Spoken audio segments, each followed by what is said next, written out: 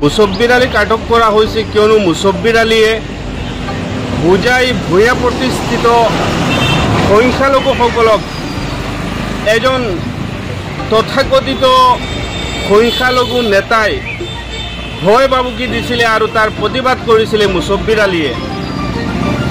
On camera সেই তথাকথিত ভয়ৰ পৰা স্বাধীনতা দিয়াৰ নামত যিগৰাকী নেতাৰ আবিৰ্ভাৱ হৈছিলে সেই নেতাগৰাকীয়ে সংখ্যালঘু লোকসকলক ঘৰ জ্বলাই দিয়াৰ ভাবুকি দিছিলে, মহিলাসকলক লেংটা কৰি পিটাৰ দৰে ভাবুকি প্ৰদান কৰিছিলে। সেই তথাকথিত সংখ্যালঘুৰ ত্ৰাণকৰ্তা বুলি নিজকে পৰিচয় দিয়া হোজাইৰ বিজেপি নেতাজনে আৰু সেই ভাবুকি দিয়াৰ প্ৰতিবাদ কৰিছিলে মুছব্বিৰ আলীয়ে। সেই নিৰীহ লোকসকলৰ কণ্ঠ হৈছে মুছব্বিৰ আলী। সেই নিৰীহ আৰু নিৰ্যাতিত লোকসকলৰ হৈ মুছব্বিৰ আলী প্ৰতিবাদ কৰিছিলে আৰু সেই প্ৰতিবাদ কৰাৰ কাৰণে আজি মুছব্বিৰ আলীক দবকা থানাত আটক কৰা হৈছে। ই বৰ দুৰ্ভাগ্যজনক কথা।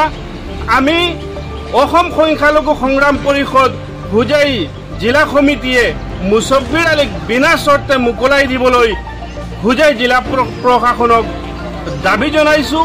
মুছব্বিৰ আলীক আটক কৰাৰ পিছত মেডিকেল কৰোৱাত লৈ যোৱা হৈ আছে। তেনে সময়তে সাংবাদিকসকলে মুছব্বিৰ আলীক কিছুমান প্ৰশ্ন কৰিছিলে। যিদৰে বিজেপিৰ এজন নেতাই মুছব্বিৰক যিধৰণে হাৰাশাস্তি কৰাৰ চেষ্টা কৰিছে সাংবাদিকে প্ৰশ্ন কৰাৰ সময়ত, ই বৰ দুৰ্ভাগ্যজনক কথা। থানাৰ চৌহদত এজন সংখ্যালঘু সংগ্ৰাম পৰিষদৰ নেতাক অকল মাত্ৰ প্ৰতিবাদ কৰাৰ কাৰণে যিদৰে হিমাদ্ৰী নামৰ এজন বিজেপি নেতাই হেয় প্ৰতিপন্ন কৰাৰ চেষ্টা কৰিছে, ই বৰ লজ্জাজনক ঘটনা। অনাগত দিনত যদি এনেধৰণে দ্বিতীয়বাৰ কাণ্ড কৰাৰ চেষ্টা কৰে তথাকথিত এই বিজেপি নেতাজনে, তেনেহ'লে অসম সংখ্যালঘু সংগ্ৰাম পৰিষদ বহি নাথাকে। আমি গণতান্ত্ৰিকভাৱে